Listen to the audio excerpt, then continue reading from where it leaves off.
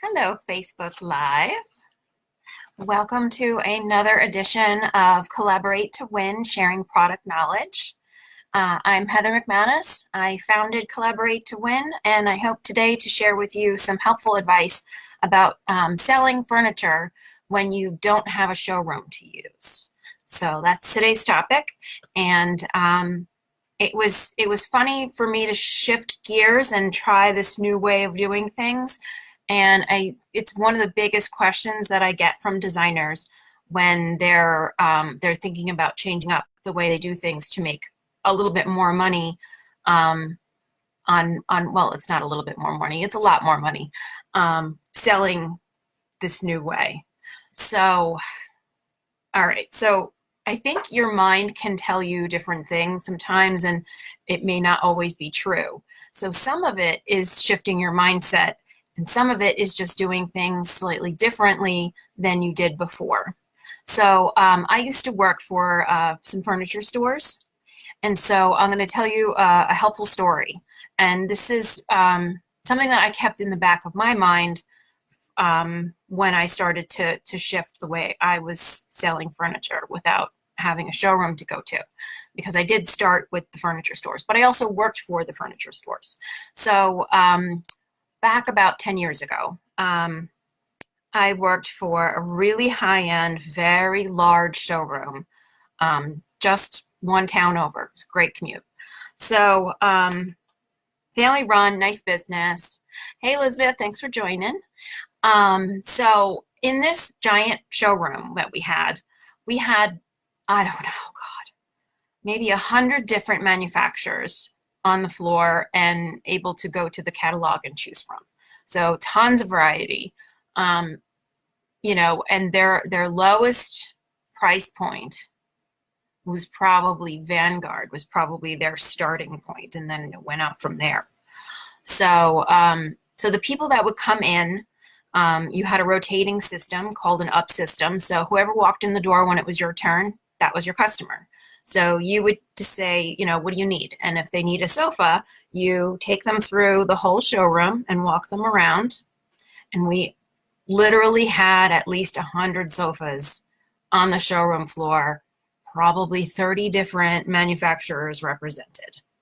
So we would go around and sit in each one and find the right one. It was pretty often, I would say 95% of the time, that the customer isn't going to buy the exact sofa that they're sitting on, because we didn't sell off the floor. I mean, if it was a floor sample sale, then you would, but that's not the everyday norm.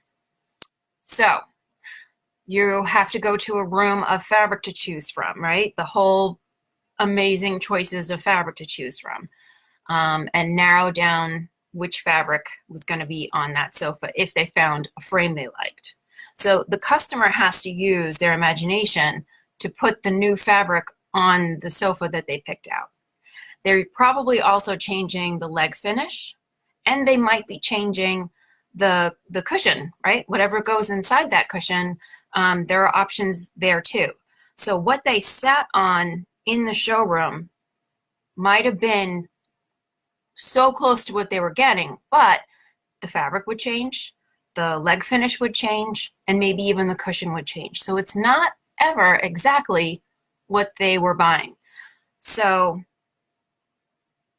that should be helpful. Then the amount of times that they didn't find a sofa they liked at all was pretty common. So what I would do then is I would take them to the catalog. So they would probably say, well, this one is the closest, but I don't like the arm, or I don't like the nail heads, or I don't like the whatever about that one. So I would say, well, let's look at that catalog. So we would go and we'd look through the catalog, flipping the millions of pages of the catalog to find just the right sofa.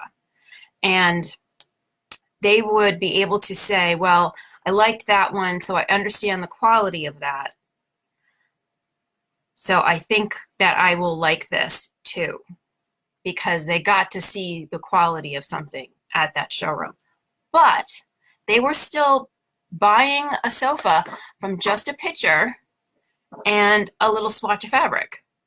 So from my ability to sell from a photo and a little fabric, I knew I could do it without having a showroom, without having them sit in it. So a lot of times sales comes down to confidence. If you are confident in what you're selling, they will be confident in what you're selling. Um, so I even had a showroom for a short time because I thought it was really important for them to come and sit on the brand that, you know, was my favorite. And that way they could know that they could buy the different frame, the different fabric, the different whatever, but get a sense of the quality. And it was like pulling teeth to get them to come to the showroom to sit on it because my clients were busy, overwhelmed by choices, and they just wanted me to do it. So that's been a blessing. And I know that not every client is like that, where they trust you so heartedly that they say, if you say this is the good company, then this is the good company. And I think I'm able to do that because I've put the time and energy in, and I have a lot of experience, you know, back in my history of working for furniture stores, to know all these different manufacturers, how they compare to each other. And then the big thing I would say is the thing that will give you some confidence, aside from you telling yourself I can do this, right, would be to go to High Point. That's the big one, right? High Point, North Carolina has a furniture market that is seriously the whole town, the whole little city there. It's all showrooms that you go when you wander through. So each manufacturer has a decent sized showroom for you to go and see everything and learn a ton. So I highly, highly recommend you go to this event that's going to either happen coming up. You're probably too late if you haven't started planning now because it's in April. And it's always in April and October. So those are your two opportunities. In the April market, they introduce more new collections than in the October. The October, they've kind of tweaked things and see what's selling, what's not selling, and maybe they introduce something, but it's not as much as what they introduced in April. Either way, it's worth going to either market. So when you are able to sit on a showroom's, offering and feel the different cushions, see all the different fabrics, learn what their general style is, because most manufacturers kind of have a little bit of a style, and they've all learned that they need to have some modern and some traditional and some transitional. But if they've always been more traditional, then their idea of modern may not be as modern as you want. But if the company's identity has always been more contemporary, more modern, then they're probably more of the company that you should be looking at for what you like. And that's probably what your clients like, because they would be attracted to your portfolio and your general vision. So one way to do this, because it's overwhelming, right? There's so many options out there, is to look at their websites. So even when you go to High Point, you really need a game plan. You need to have an idea of which companies you want to go see, because if you just show up and start wandering around, I don't know how you would do that. You really kind of need to focus in on, these are the must-see companies, these 5, because I've narrowed down to these. That's how I did it. I did probably a month's worth of research before I went the first time. So I had Hickory White and CR Lane, and I wanted to sell Lee too, but there's another manufacturer, or not a manufacturer, a retail store near me that sells Lee, so they didn't want me to have Lee. Some companies are like this. If there's somewhere nearby, they don't want another one. So I couldn't sell Lee, and I couldn't sell someone else, that Taylor King. I liked their stuff too. And there was somebody that sells it nearby, so they didn't want to have another competitor in the same region. So it was pretty much narrowed down to like 2 or 3 that I felt were kind of my style, because I'm not overly traditional and I'm not super contemporary. I'm sort of in this middle of the road, more towards traditional, I would say. And then, so from that, I narrowed down to the manufacturers. So then when I went and saw all of the pieces, I was able to sit on everything and go, okay, this feels good. I'd lift the cushion, I'd feel the springs, I'd feel the arms, I'd feel everything. So I got a sense of their quality.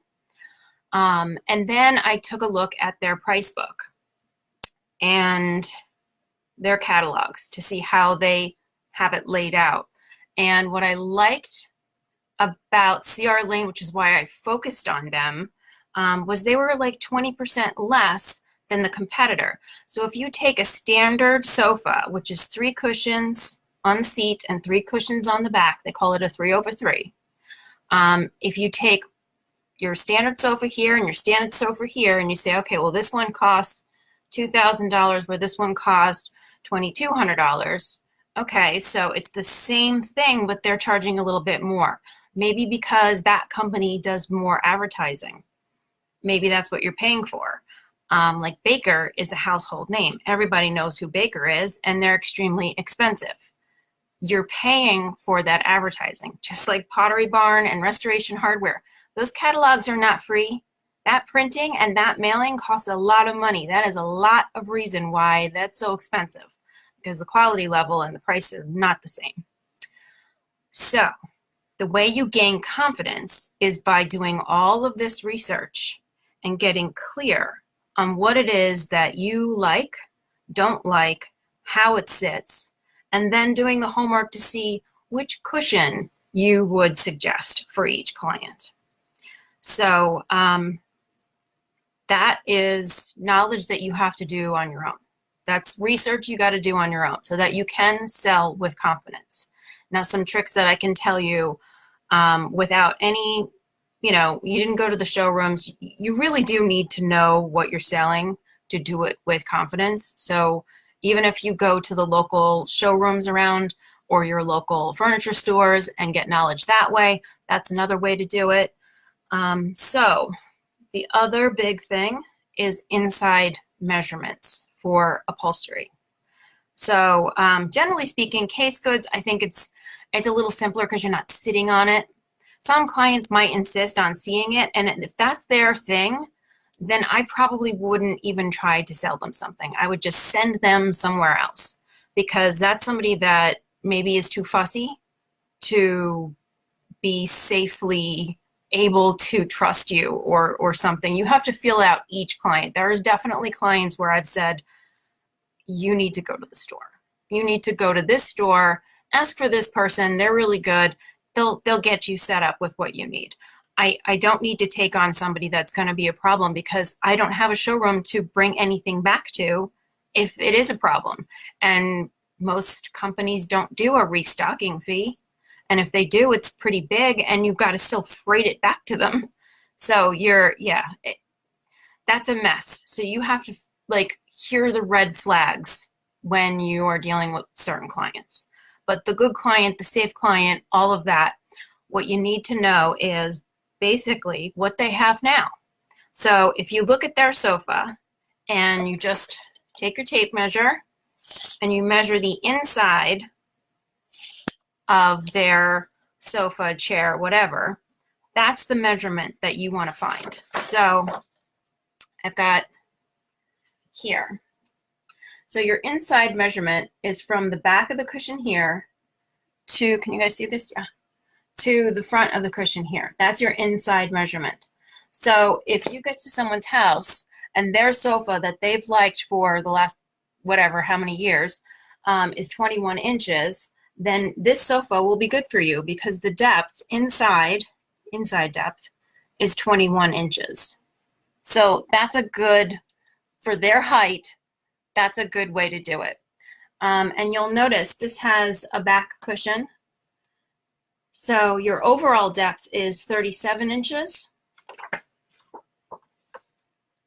This is upholstered back, which is a good thing to do for someone with serious back problems, because firm is better for someone who has some serious back problems. They're just more comfortable on it. And you'll notice that this is going to be deeper because that back cushion isn't taking up any space. So this one's only 35 outside measurement, and it's 23 inside measurement. So those are the things that you keep locked down in your memory so that you can sell them something and know that they will be comfortable. So on top of upholstered backs being good for people who have back problems, it's good for older people too. And generally, as you get older, you need more help getting up out of things. So tonight I'm going to go help a client who's in Jersey City. And so everything, that they want is all this super low contemporary stuff. Well, I find it really hard. Well, not really hard, but it's getting harder to get up out of that. My knees are not happy. I'm making noise when I get up out of something that's low. So to think about someone's age and say, well, that is going to be kind of tricky for you as you get older. Once you're into your 60s and stuff, you don't want to have to make horrible noises getting up out of a sofa. So a little higher, a little standard height for that sofa would be good. And generally speaking, I think a wing chair makes the best chair for someone who's got some aches and pains, whether it be health issues or age. It's something that you can lift yourself out of because you've got a nice strong arm, you've got an upholstered back, and it just sits you properly. And so that's some good tricks for selling without the showroom. So a lot of it is telling yourself that you can, that you have the confidence in what you're selling to know it, and having confidence in the client that you're dealing with. Because if there's some red flags happening, if they constantly return things because they're always unhappy with stuff, this may not be the client that you sell custom furniture to directly. You may send them to the furniture store and tell them, talk to this person, they'll do a great job for you. And then if there's an issue, they can return it there. Because not everyone, is someone that I will deal with for that kind of stuff. But I do find that my clients really like it when I take control of this aspect, because it's like, okay, I can relax. She knows what she's doing. She's showing me, instead of like hundreds of thousands of options, because that was the other thing. When I took them to the furniture store, they were overwhelmed. They're like, oh my God, this is shiny over here and that's shiny over there. And now I'm confused. Whereas when I work with a client and we're in their house, I've only brought a few options to show them and a couple fabrics. So I've done the hard part for them. I've narrowed down based on what they've liked in the past, what they've told me, gleaned all those little golden nuggets out of their brain, and put together a design that they would like. And suddenly they're like, oh, that's what I want. I like that. Let's order that. And then, so I then, I do the shipping stuff and I get it delivered to my warehouse. And now I'm scheduling their delivery when they're at work. And they've given me either a key or the code to the house, and I let myself in and I wait for the guys to show up, because they give you the 2 or 3 hour window of time. Nobody has time for that. I'll take that on, have the client, I'll text them a photo of their furniture of, oh, it looks so great, style it a little bit. And then when they get home, their new furniture is done. It's there. It's a huge benefit to the client the way I'm doing things now. And I'm making a lot more money.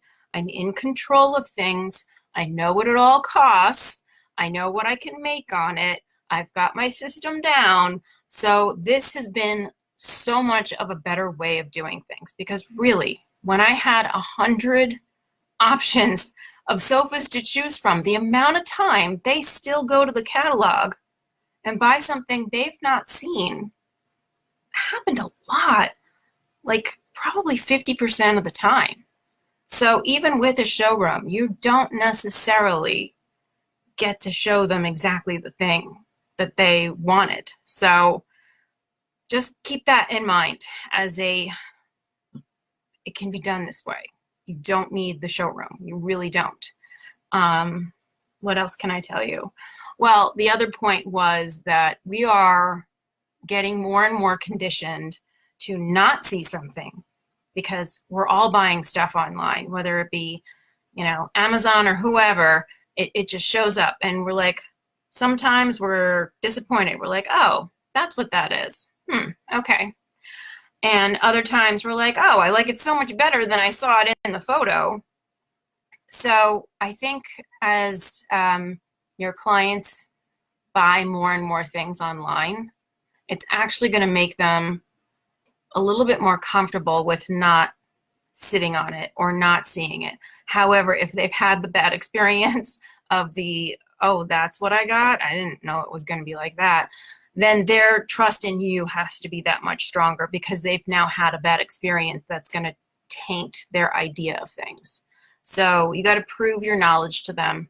You got to show them that you bring the tools, the experience, and High Point is the greatest way to do that because you can sit on everything. You can ask a million questions. You can compare it. You can literally walk across the street and compare it to this other guy and do your homework beforehand. Don't waste your time on a showroom that's not going to sell to you. So that I think covers everything. So your inside measurements, that's your key. Look at what they have. Measure from the back of the cushion, right? From the back of the back to this little part in the front cushion. That's your inside measurement. That's the key to seeing what they're comfortable on because it all depends on how tall they are. And also when we go and we shop in a store, we sit like we're going to have, tea with the queen. But when we're in our house, we're not doing that. Our legs are out. We're like putting the feet up. We're not sitting all prim and proper.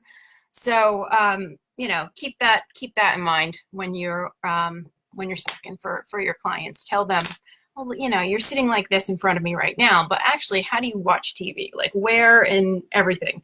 And when you start talking to them about how they live and what's going to be best for them, they hear you hearing them, and that's really key because now the trust is built. You have their best interest in mind. You're going to be able to find them the thing that they want, and they will have that confidence in you. But you have to have confidence in yourself. So let me just tell you that every single one of you can do this. You can all start making a lot more money if you start purchasing direct. And yeah, you'll have to change your system up a little bit more than what you're doing now, if that's not what you're doing. But, there was a time where you didn't know how to brush your teeth. But I bet every day you brush your teeth now, right? Because it's just what you do. There was a time you didn't know how to do that, and now you don't even think about it. Elizabeth Guest says, awesome, Heather, all good points. Thank you. And I hope that this was helpful. So have a great end of your week. Happy Thursday to everyone, and I will see you next week. If you've got any ideas for topics, I'm all for it. I was going to talk probably freight and delivery. One of the more scary things I think people are afraid of with ordering direct, because if you haven't done it before, it's just that. It's learning new stuff. But once you've done it, it's just like brushing your teeth. You just do it. So that's it for today. I'll see you next week. Okay, bye everybody.